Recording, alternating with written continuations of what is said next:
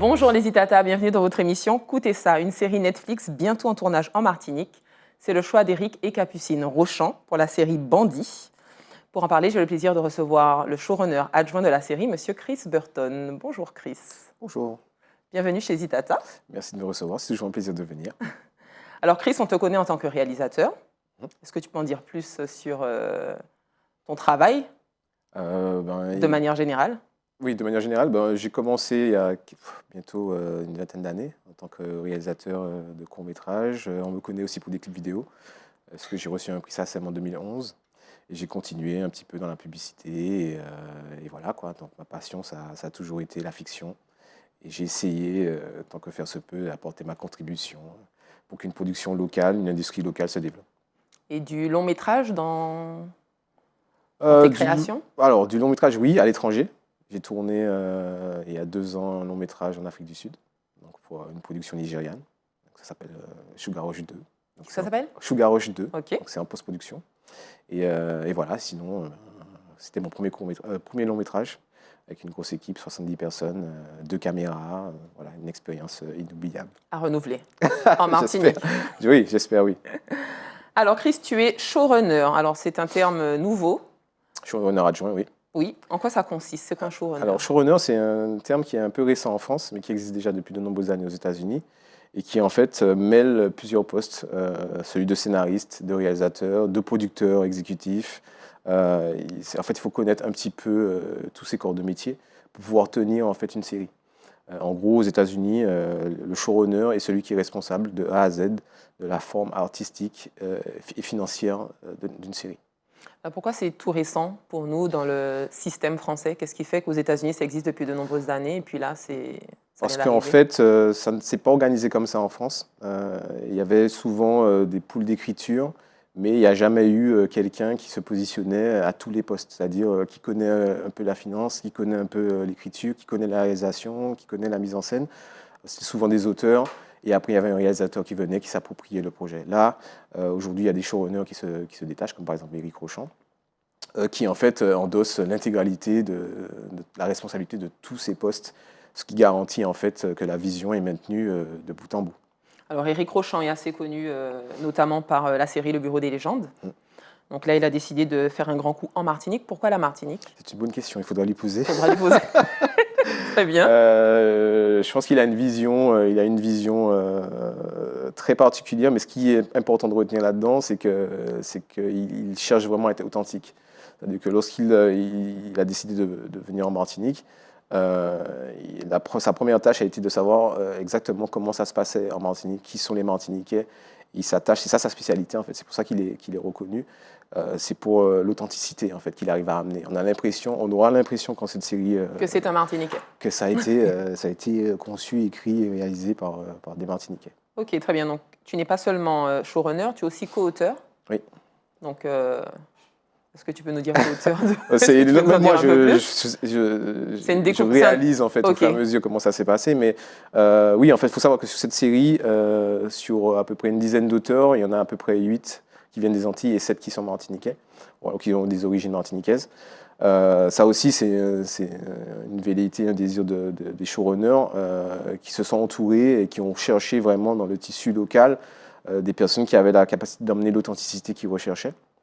Donc tout en gardant la main sur le projet. Donc ils m'ont approché il y a à peu près 1 an et demi, 2 ans, en tant que documentaliste. Ils voulaient simplement que j'aille interviewer des gens dans les quartiers pour créer des personnages authentiques.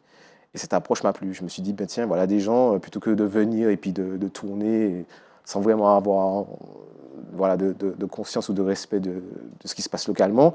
Donc, eux, prendre ils font le temps la de démarche. s'imprégner, d'interroger, de savoir où on met les pieds. Voilà, c'est ça, tout à fait. Et donc, on a été 2 auteurs qui ont été approchés pour essayer de leur donner des éléments pour créer des personnages authentiques. Et ça m'a plu. Et de fil en aiguille de nos conversations, aux 2 auteurs, ils nous ont proposé d'intégrer la room d'écriture, d'abord en junior et ensuite d'être senior et d'écrire des épisodes entiers. Et qu'est-ce qui te plaît dans l'écriture de ces épisodes? Qu'est-ce qui te motive? Ce qui me plaît, c'est l'approche déjà, parce qu'en fait, Éric, il est très pédagogue, donc il transmet aussi ce qui a fait son succès. Donc il nous apprend un peu, il nous faut partager son expérience, comment écrire des dialogues minimalistes, on veut que ça soit authentique, comme il aime dire souvent, comme dans la vraie vie. Donc en fait, on aura pour la première fois des personnages qui ressemblent à des gens qu'on connaît. Qui nous ressemblent, quoi. Exactement, il n'y aura pas de Il n'y aura dialogue. pas de surjeu ou autre. Exactement, c'est vraiment des choses où on va. Même moi, en lisant parfois, on s'étonne. Nous, on s'étonne de waouh, on n'a jamais vu ça en fait. On n'a jamais vu des personnages qui nous ressemblent aussi fortement. Il y a des expressions, il y a vraiment un attachement à ce que ça fasse local, ça fasse vraiment. Voilà, on parle, ça va parler comme on parle dans la rue, comme on parle chez nous. Il n'y aura pas de surfrancisation ou de choses comme ça. Alors ton rôle, c'est aussi d'assurer la cohérence de tous les épisodes, de la vision de l'auteur. Comment tu fais ça? Où mets-tu ton nez pendant le tournage? Quelle vision tu dois avoir et quelles sont les précautions que tu dois prendre? J'apprends en fait parce que c'est aussi la velléité d'Éric Rochant et de Capucine, parce qu'ils ont une société qui s'appelle Maui. Oui, et dans la charte de Maui Entertainment, c'est ça, c'est de rencontrer des auteurs et de les former au métier de showrunning. Et donc, ça se passe toujours en pédagogie, ça veut dire qu'il y a des discussions et j'apprends en fait en même temps le métier de showrunner. Et ça consiste à tout superviser, en fait, à tout regarder, à être sûr en fait que ce qui a été écrit va se ressentir à l'image. Et chaque mot compte en fait. Chaque sensation, chaque élément. Donc tu as un gros regard sur le casting qui sera fait, sur le jeu des personnages, sur la direction artistique. Enfin oui, un gros regard. Oui, il y a un suivi qui est fait constant là-dessus et il y a beaucoup d'échanges en fait entre les showrunners et moi. On discute pour voir si telle chose est authentique. Est-ce que ça se dit? Est-ce que tel accent correspond vraiment? Est-ce que voilà, il y a vraiment un travail de fond et effectivement il faut tout suivre en fait. Alors c'est plus de pression ou de liberté? Moi j'adore la pression déjà. Ok, tout va bien. Non, il y a beaucoup de choses à suivre. C'est quand même un gros projet, c'est quand même une première, c'est quand même un Netflix original en Martinique avec 90% du casting qui vient de Martinique. Et qui ne sont pas forcément des comédiens professionnels. Alors j'allais y venir. 90% du casting, il faut trouver des acteurs, il faut trouver des comédiens. Oui, on les trouve où? On a fait un appel à casting d'ailleurs. Il faut les trouver ici. Il faut trouver des gens qui ne sont pas forcément comédiens de souche. Pas forcément des professionnels, qui n'ont pas forcément l'habitude et qui ont par contre envie de découvrir l'univers de la série, l'univers du tournage et peut-être de tourner dans une production Netflix. Et du coup, on a un appel à casting qui est ouvert. Et, avec un email qui s'appelle lecastingdemartinique@gmail.com où on invite en fait tous les candidats de tout âge, de 18 à 65 ans, hommes, femmes, à participer. On a aussi un casting enfant.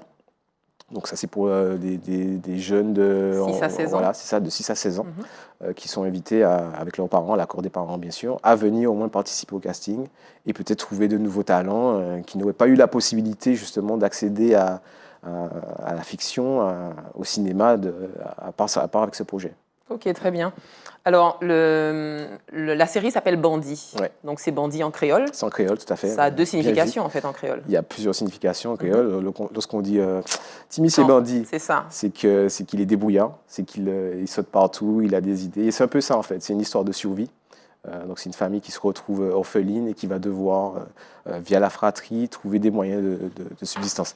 Moyens parfois illégaux.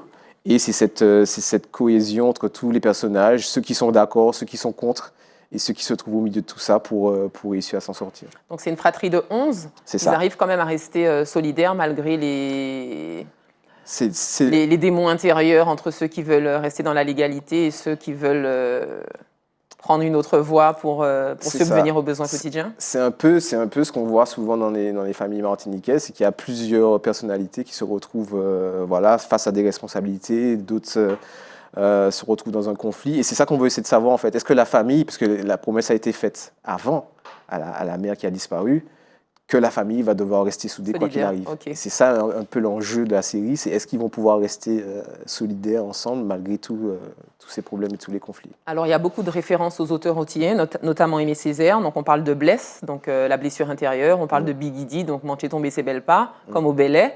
Comment on joue de ça, d'un équilibre instable? En fait, c'est simple, il ne faut pas chercher midi à 14h. C'est en fait, on est ancré dans ce qui fait la société martiniquaise. On est sous des personnages authentiques. Donc à partir de là, en fait, il y a des choses qui émergent, qui vont nous paraître naturelles et même familières, Et ce qui est beau, c'est que ça va pouvoir être mis sur écran devant des centaines de millions de spectateurs, parce que c'est un projet qui va être diffusé sur Netflix International. Et donc, pour la première fois, on va découvrir, en fait, même si c'est de la fiction, hein, même si évidemment tout est fictionnel, mais ça se base sur pas mal d'éléments qui sont réels et réalistes. Ce qui fait qu'on va enfin avoir un projet à grande envergure où on peut voir ou avoir un extrait de ce que c'est que la vie martiniquaise, d'être martiniquais, d'avoir des problèmes, la vie chère, les conflits familiaux, voilà, avec des choses authentiques. C'est vraiment ça qui est le plus passionnant là-dedans, c'est de pouvoir se dire, waouh, moi dans ma carrière, j'ai toujours rêvé un jour d'avoir un projet où je pourrais montrer les petits jeunes en train de faire des cascades sur le stade de Dillon. Et là, dans ce projet, on va le voir. De manière authentique. Du coup, c'est un projet qui met l'espoir et désespoir, réussite et difficulté, rire et pleurs. Finalement, ça ne concerne pas que la Martinique. C'est un regard universel. Oui, il y a Je des pense messages, que tout le monde vit ça. Bien sûr, il y a des messages universels, même si c'est ancré dans le réel, même si il y a des choses qui seront difficiles, il y aura des pleurs, il y aura des conflits, il y aura des rires aussi. C'est ancré dans une réalité, malheureusement, sans faire l'apologie de choses négatives, parce que, encore une fois... Quand on entend bandit, on se dit en Martinique, on se dit, bon ben, est-ce qu'on pourrait montrer... Enfin, ça amène autre chose, mais quand on fouille bien, finalement, ça va au-delà d'une affaire de drogue ou de violence, en fait. Non, c'est clairement une affaire familiale, c'est clairement une affaire de survie, et tout en mettant en fait en exergue que la voie de la facilité n'est pas forcément la meilleure, et que lorsqu'on choisit une voie qui est sans porter de jugement, qui sort des sentiers battus, il y a parfois des prix à payer. C'est ça. Il sera tourné où en Martinique? Alors c'est tourné entièrement, enfin 99% en Martinique. Il y a des petites scènes qui sont tournées à Paris, mais on sera surtout sur le centre, la montagne. Enfin voilà, les gens vont nous voir sans doute en tournage. Ça a été mon rêve, je tiens à le dire, à titre personnel. J'ai toujours rêvé de faire ça, j'ai toujours rêvé d'avoir un tournage d'envergure qui soit fait en Martinique. Il y en a déjà qui sont faits, mais pas comme ça. Mais pas aussi développé. Non, pas aussi ancré en fait. Développé et ancré, d'accord. C'est ça, c'est un gros projet et qui est à la fois massif, et ancré. Et ça, c'est une opportunité unique. Alors, c'est une série. Est-ce qu'une série, ça a une fin? Il y a déjà une première saison donc, qui va compter 8 épisodes. Okay. Et si ça se passe bien, il y aura peut-être une deuxième saison. Pour l'instant, je ne m'avance pas là-dessus.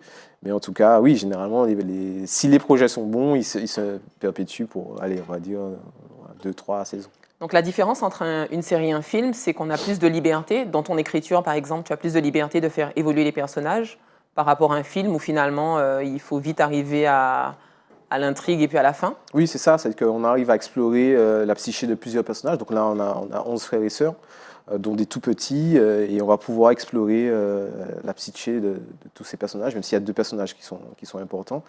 Et ça laisse le temps, en fait, de faire découvrir des choses, de créer de l'attachement vers les personnages, de comprendre un peu voilà, le tissu, les interactions entre chaque personnage. Et ça, c'est intéressant. Et puis surtout, le fait qu'on puisse avoir donc, une première saison, prendre les retours du public et dire « Ah tiens, ils aiment beaucoup ce personnage-là, on n'avait pas anticipé », et d'ajuster. C'est ce qui crée l'addiction. Voilà, c'est ça le sens. Est-ce que ça signifie, quand tu parles d'attendre le retour du public, est-ce que ça signifie que la série, elle s'écrit au fur et à mesure? C'est pas quelque chose qu'on écrit à l'avance et qu'on décide de tourner, mais est-ce que le retour peut faire qu'il y ait une modification finalement du scénario? Alors, ce qui est important, c'est que par exemple, sur les rooms d'écriture, Éric Rochon a tenu à ce qu'il y ait bien sûr un maximum de Martiniquais dans la room, mais aussi des personnes non professionnelles. Donc on avait une série d'apprentis qui étaient là, qui suivaient, qui avaient l'opportunité de suivre en direct les rooms d'écriture. Donc des apprentis d'école de formation? Pas du tout. Pas du tout. C'est des personnes qui ont parfois juste la sensibilité, qui ont envie d'écrire, qui ont envie de savoir comment ça se passe. Donc ils avaient juste une page de scénario à écrire, ils étaient sélectionnés de cette manière-là. Donc il y a eu 2 sessions de ça. D'ailleurs, il y en a parmi ces apprentis qui sont devenus carrément auteurs seniors et qui ont eu l'opportunité d'écrire des épisodes entiers. Bien sûr, toujours avec la collaboration des showrunners, mais c'est quand même une responsabilité de trouver des idées. Souvent, les idées sont gardées par les showrunners, donc il y a plein de choses. Et il y a des auteurs apprentis comme ça qui t'ont surpris dans leur écriture? Oui, parce qu'en fait, étant donné que sans cette opportunité-là, on n'aurait jamais découvert ces auteurs, moi je ne me serais jamais retrouvé à cette position, on se rend compte qu'il y a une émergence qui se fait. Et ça se fait à chaque niveau de la production.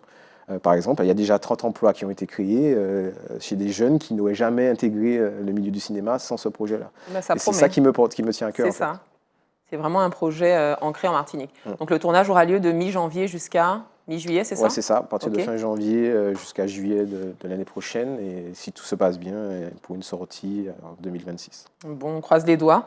Donc casting toujours en cours. Est-ce qu'il y a un numéro de téléphone? Tout à fait, le 06 96 67 80 66. Et on rappelle et on rappelle l'adresse email. Le casting de Martinique, c'est très simple, le casting de martinique@gmail.com. Ok, voilà, très bien. Donc, vous envoyez un petit mail, une photo en selfie. Je veux venir, je veux participer, je suis intéressé. Exactement. Je ne sais pas jouer, mais je veux tenter l'aventure. C'est ça. C'est ça, parce qu'en fait, l'idée, c'est de découvrir de nouveaux talents et c'est une opportunité comme il y en aura peut-être plus. C'est ça. Ouais. Merci beaucoup, Chris, pour cet échange. Merci à toi. Merci aux Itata de nous avoir suivis. J'espère que cet échange vous a plu. Et puis, quant à nous, on se dit à très bientôt pour un autre Écoutez ça.